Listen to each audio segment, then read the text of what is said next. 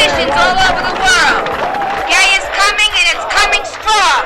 Issues pertaining LGBT community is a very topical and sensitive one being discussed across the globe. Now, Madam Shelley Ayokobotre, Minister Designate for Foreign Affairs, during her vetting said that the LGBT community will be dealt with according to the laws of our country. Now, pressure groups have called for the reform of our laws to suit the LGBT community since they are a force to reckon with. But some section of Ghanaian views is contrary to that. His call was triggered by the answer the Minister Designate for Foreign Affairs gave to the vetting committee last Wednesday that the lesbian, gay, bisexual, transgender and queer LGBTQ community in Ghana would be treated according to the laws of the country.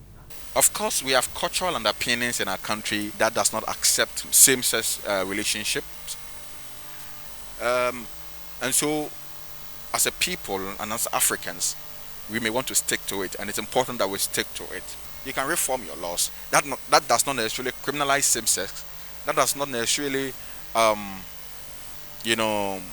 make it a crime or abolish it.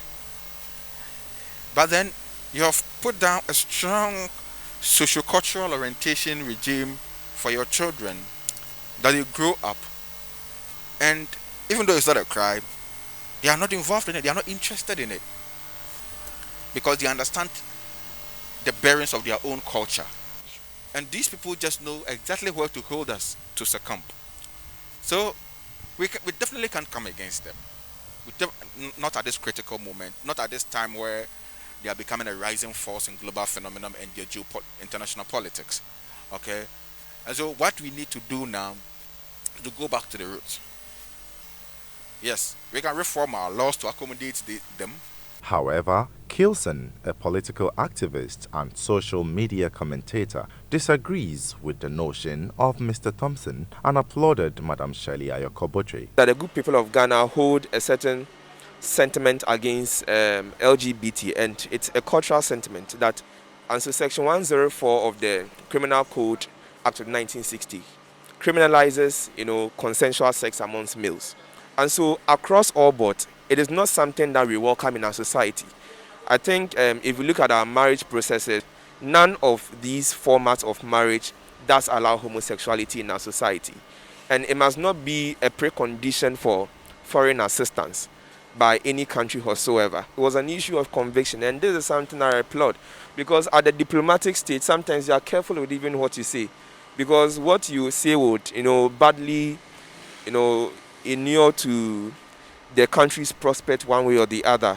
And so I think it's something all of us have to commend the minister for saying, yeah. Some section of Ghanaians have condemned the call for their acceptance in the country.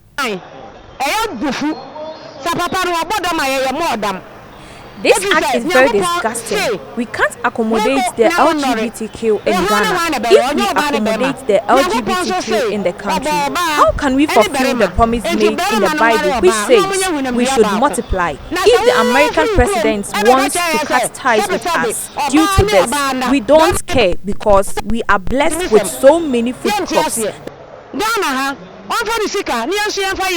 There's no good. So I like what the minister said. I support what the minister said. This is unacceptable. How can we accept LGBTQ in our country? Because our culture frowns at it. Recently, I heard an office has been established to carry out the activities. I understand the office was funded by some dignitaries from America. Contrary to the minister's answer to the vetting committee, Moses For Amenin, anti-LGBTQ activist, has alleged that a fundraiser was held recently in Accra to support the community, which had some members of the diplomatic corps attending. He therefore called on the government to close down their established office in the capital. TV Africa News, Taufik Abdul Nasser.